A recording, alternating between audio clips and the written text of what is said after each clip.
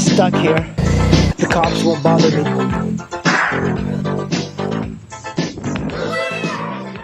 I think if you were to get a high mileage bike, that anything with 40,000 miles really is new. Like, don't be afraid of high mileage bikes. Motorcycles these days, they're so well engineered that it's very difficult to get a motorcycle wrong and be a lemon. And most of the time bikes are unreliable because the owners did something to them, and oftentimes when you start modding bikes, that's when reliability really goes down. One of the coolest things about riding motorcycles to me and the look of motorcycles is the ability of looking at the engine.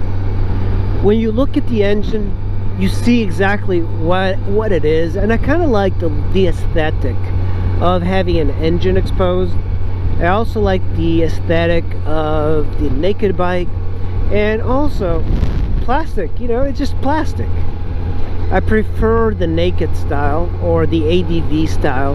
This bike, this FJR, if it needed a lot of work, if it had carbs, oh man, I would hate to have to pull those carbs out on this thing. This thing is a plastic Tupperware machine, and it just seems like they could have done a better job, like not having so much plastic. But 2005 and the sport touring world are a bunch of like sport bike liking guys, so you're basically getting a bike that a lot of sport riders would ride.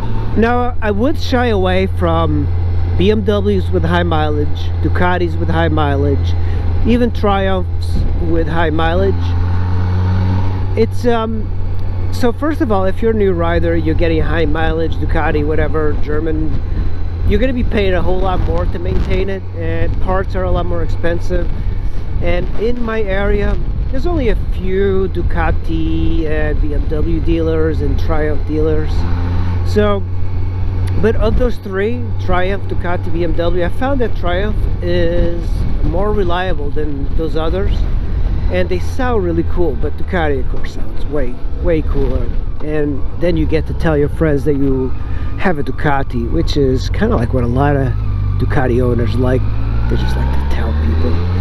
And I think a lot of BMW guys also like to tell people that they ride a BMW. But the problem with Ducati, the BMW guys, is that when you tell a motorcycle rider that you ride a BMW, the other guy is like, okay, whatever. It's like a dentist bike. But if you tell a non-motorcycle rider that you ride the BMW, they're it's like they're aroused. But it doesn't do anything for motorcyclists, because motorcyclists know that BMWs aren't that good. Read online ads, they read as if like, oh, I got my bike for sale, I invested $10,000, and that just means nothing.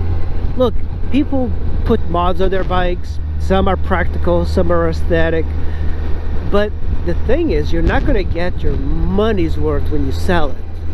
So a lot of these guys that put work into their bikes and like to pretend that somehow it's of a great value, it's not. It actually kind of hurts the resale value, and here's why.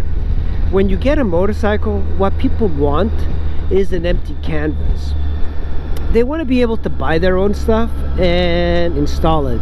There's very few cases of guys that buy bikes because of the add-ons, but there is this segment of the population that likes that. It's just because you bought a $1,000 exhaust, as soon as you put it on, it's just not that valuable.